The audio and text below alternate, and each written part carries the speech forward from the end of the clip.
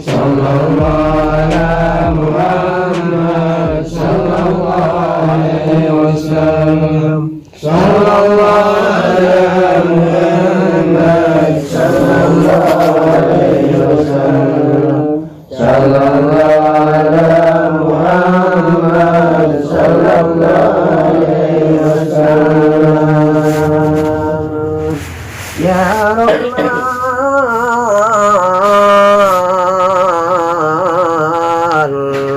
Ya Rahman, Ya Rahim.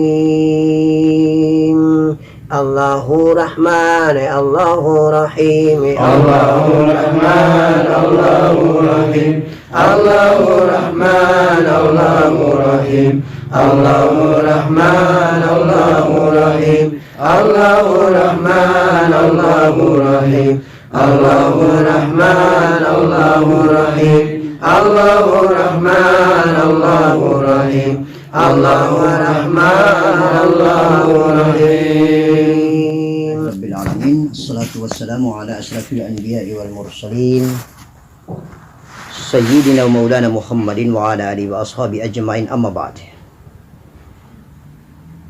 Hadirin majelis yang dimuliakan Allah Subhanahu wa taala. Malam yang mulia ini marilah kita lanjutkan dengan membantu memberikan sedikit keterangan kepada beberapa permintaan daripada Ananda Erik, sahabat kita di Samarinda, tentang penjelasan kitab yang diberikan kepadanya yang bernama Majmu' al-Israr.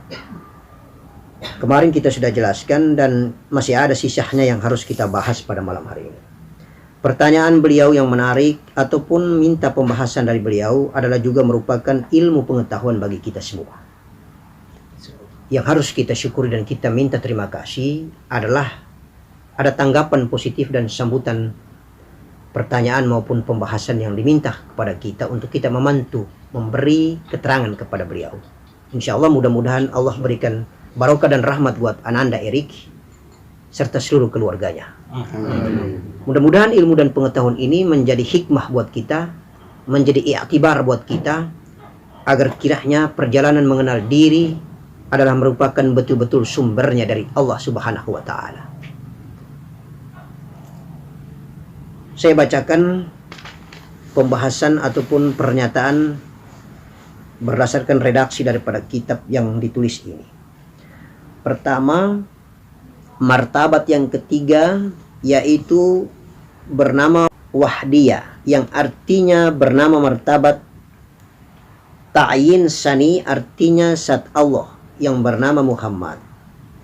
Karena Muhammad itu daripada af'al Allah Ta'ala, yang artinya perbuatan Allah Ta'ala, dengan ilmunya yang mana aku sekalian alam jadi daripadanya. Inilah hakikat kita, sebab ialah kenyataan zat, ayan sabitan namanya, artinya diri yang sudah nyata. Adapun ketiga martabat yang tersebut di atas yaitu ahdiyah, wahda, wahdiyah, kesemuanya itu qadim lagi tajalli pada diri kita. Ya, kita bahas satu-satu.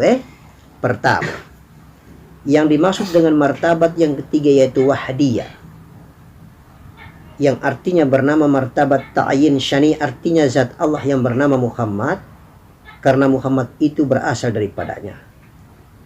Muhammad itu juga adalah merupakan af'alnya Allah Ta'ala, artinya perbuatan Allah Ta'ala juga, dengan ilmunya yang mana aku sekalian alam jadi daripadanya.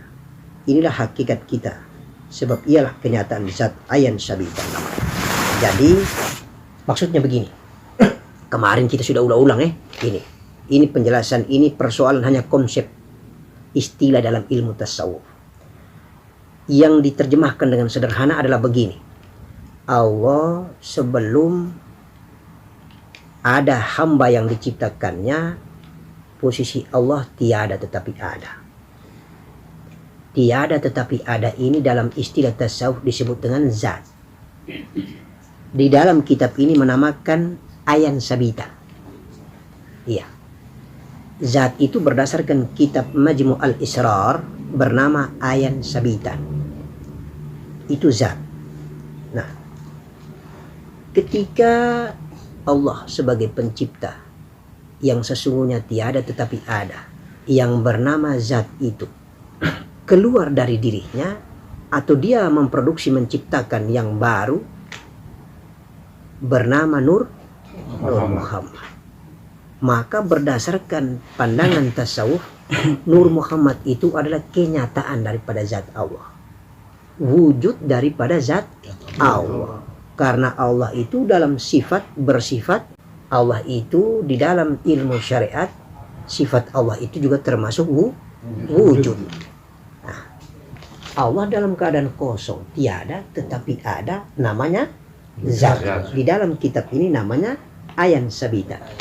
Keluar dari kosong, berwujud, namanya Nur Muhammad. Nah, Nur Muhammad ketika menjadi jasmani manusia, namanya Muhammad. Maka sesungguhnya Muhammad di dalam sabdanya mengatakan, ana minurillah al-alamina minuri. Aku dari cahaya Allah dan karena cahayaku seluruh alam tercipta. Nah, ini yang dijelaskan di dalam kitab dalam bahasa dan istilah di sini. Martabat yang ketiga yaitu wahdiyah, yang artinya bernama martabat ta'yin syani, artinya saat Allah bernama Muhammad. Karena Muhammad itu daripada af'al Allah. Af'al itu gerak dan perbuatan jasmani. Begitu. Sat ayan sabitan namanya artinya diri yang sudah nyata. Ya. Jadi Muhammad atau Nur Muhammad itu adalah diri yang sudah nyata dari sat yan sabita. Paham ya? Nah. Jadi zat itu ayan sabita. Jadi berwujud itu Nur Muhammad. Nah, begitu. Nah, adapun ketiga martabat yang tersebut di atas yaitu ahdiyah, wahdah dan wahdiyah. Ahdiyah, wahdah dan ahdiyah ini adalah lingkungan Allahu Allah. Lingkungan Allah masih dalam bentuk rahasia atau sir. Atau dengan kata lain Allah dalam wilayah yang bernama zat. Nah, itu yang disebut dengan martabat ahdiyah, wahdah dan wahdiyah. Ya, ini berdasarkan pendapat kitab ini, Majmu' al-Israr. Kesemuanya yang bernama ahdiyah, wahdah dan wahdiyah ini kodim lagi tajalli pada diri kita. Maksudnya apa? Ketiga sifat yang bernama ahdiyah, wahdiyah dan wahdiyah ini, wahdah dan wahdiyah ini, ahdiyah, wahdah dan wahdiyah ini yang menjadi wilayah sir dan zat Allah itu bermisra, bertajalli, berada di dalam diri hamba yang bernama manusia atau Muhammad. Itu yang disebut dengan tajalli. Begitu. Nah, pasal di dalam kitab ini menyatakan pasal, menyatakan martabat hamba. Martabat hamba itu meliputi yang pertama alam ruh. Ada 4 alam yang dimaksudkan dengan martabat di dalam proses tajallinya Allah sebagai zat menuju kepada diri kita sebagai hamba ini. Paham ya? Nah, apa 4 martabat itu? Pertama meliputi martabat alam ruh. Yang kedua alam misal. Yang ketiga alam ajsam. Yang keempat alam insan. Nah, jadi proses zat menjadi Nur Muhammad kemudian bertajalli ke dalam diri kita sebagai hamba. Nah, itu di dalam berdasarkan kitab ini dia melampaui 4 alam.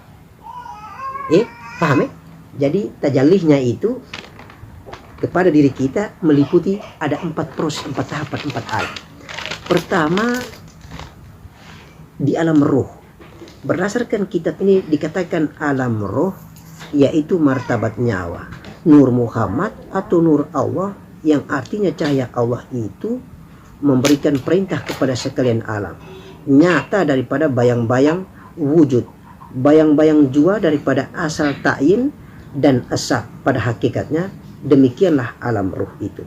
Nah, jadi ini maksudnya ketika Allah sebagai zat tadi keluar kemudian berada di posisi alam ruh menjadi Nur Muhammad. Nah, itu yang disebut dengan proses tahapan pertama, tajallinya zat Allah menuju ke hambanya. Jadi yang menjadi hamba pertama dari semua ciptaan Allah ini adalah Nur Muhammad. Di alam yang pertama itu disebut dengan alam ruh. Nah, ini berdasarkan kitab ini. Jadi di kitab ini dikatakan Nur Muhammad itu menjadi bayang-bayang nyata. Jadi dia merupakan kenyataan daripada bayang-bayang, kenyataan daripada zat. Itu diterjemahkan dalam bahasa dan istilah tasawuf berdasarkan kitab ini adalah merupakan nyata daripada bayang-bayang. Jadi di zat itu dikatakan bayang-bayang, menjadi Nur Muhammad sudah nyata. Nah, posisi mereka di mana tempatnya berada di alam ruh. Nah, ketika Allah masih berada di alam zat, ingat baik-baik, kita kembali ke atas tadi, dia berada di 3 martabat itu. Nah, apa martabat itu tadi? Martabat itu adalah martabat ahdiyah, wahdiyah, dan wahdah. Gitu. Nah, sekarang pasalnya itu sudah bertajalli ke manusia, bertajalli ke menjadi hamba, begitu maksudnya. Nah, sudah keluar di alam ruh, maka yang zat tadi menjadi Nur Muhammad. Maka dia menjadi kenyataan dari bayang-bayang. Nur Muhammad menjadi nyata, kenyataan dari bayang-bayang zat itu. Nah, sekarang kedua, alam misal. Alam misal artinya berdasarkan kitab ini martabat alam sekalian bagi segala rupa jisim. Maksudnya rupa yang halus. Rupa yang halus yang tiada menerima bagi dan huruf apa-apa, yaitu wujud Allah yang mempunyai martabat. Maksudnya ketika di alam misal, Nur Muhammad yang di alam roh tadi, yang menjadi kenyataan dari bayang-bayang atau zat Allah itu, dia sudah menuju kepada tahapan kedua. Nur Muhammad sudah membentuk tubuh halus. Sudah menjadi tubuh halus. Paham ya? Nah, Nur Muhammad tidak lagi sebagai nur, tetapi dia sudah bertajalli menjadi sebuah profil tubuh halus. Nah, di alam jisim, halus itu bahasa kitab ini mengatakan jisim. Nah, gitu. Kemudian menarik, ini proses perjalanan Allah dirinya menjadi Nur Muhammad, proses Nur Muhammad menjadi hamba itu. Allah menjadi hamba itu maksudnya. Hamba pertama adalah Nur Muhammad, sekarang hamba kedua di alam misal, yaitu menjadi tubuh halus. Masuk menjadi hamba di alam yang ketiga. Nah, gitu. Paham ya? Di alam ketiga disebut dengan alam ajsam. Artinya alam segala tubuh kita yang lahir ini. Wujud Allah jua pada hakikatnya. Karena jikalau tiada zahir, tidak ada juga yang batin. Karena yang zahir dan yang batin itu ada jua. Maksudnya apa? Maksud sudah masuk menjadi jasmani utuh. Sudah menjadi tubuh kasar. Paham ya? Nah, jadi zat menjadi Nur Muhammad. Di alam ruh. Kemudian menjadi tubuh halus. Di alam misal. Kemudian menjadi tubuh kasar raga ini. Sudah jadi menjadi jasmani. Disebut alam, dimasuk ke dalam alam ajsam. Nah, sekarang alam yang terakhir itu disebut dengan alam insan. Berdasarkan kitab ini, alam insan artinya alam perhimpunan segala martabat tersebut, semuanya itu bernama insan kamil. Artinya manusia yang sempurna. Karena sudah putus hakikatnya, tiada lagi mengenal lahir dan batin, melainkan kudrat dan iradat sendirinya yang berlaku. Seperti isyarat Sayyidina Abu Bakar, Sayyidina Umar, dan Sayyidina Ali. Nah, kita ke atas. Dimaksud dengan alam keempat ini, posisi Nur Muhammad di alam insan, raga yang sudah sempurna tadi itu belum sempurna kalau dia belum dikatakan insan kamil. Apa? Mengapa disebut dia belum sempurna? Dia belum bikin apa-apa. Ketika raga ini dikatakan alam insan kamil atau alam itu sempurna, apabila posisi Nur Muhammad yang menjadi jasmani tadi itu, dia sudah meliputi dan memeluk seluruh alam semesta. Jadi di dalam profil tubuh jasmani Nur Muhammad ini sudah menjadi raga tadi di alam ajsam tadi itu di alam ajsam tadi itu Nur Muhammad ini sudah bercahaya. Jadi di dalam nur, di dalam tubuh kasar, di dalam jasmani itu ada semua ciptaan Allah. Di dalam mikrokosmos yang kemarin saya bilang itu, yang kemarin saya katakan itu, di luar ini makrokosmos, di sini mikrokosmos. Di dalam ini ada gunung, ada matahari, ada bulan, seluruh ciptaan Allah ada di dalam tubuh ini. Nah, ketika Nur Muhammad ini meliputi dan mencakupi sampai dengan raga ini semua di dalam.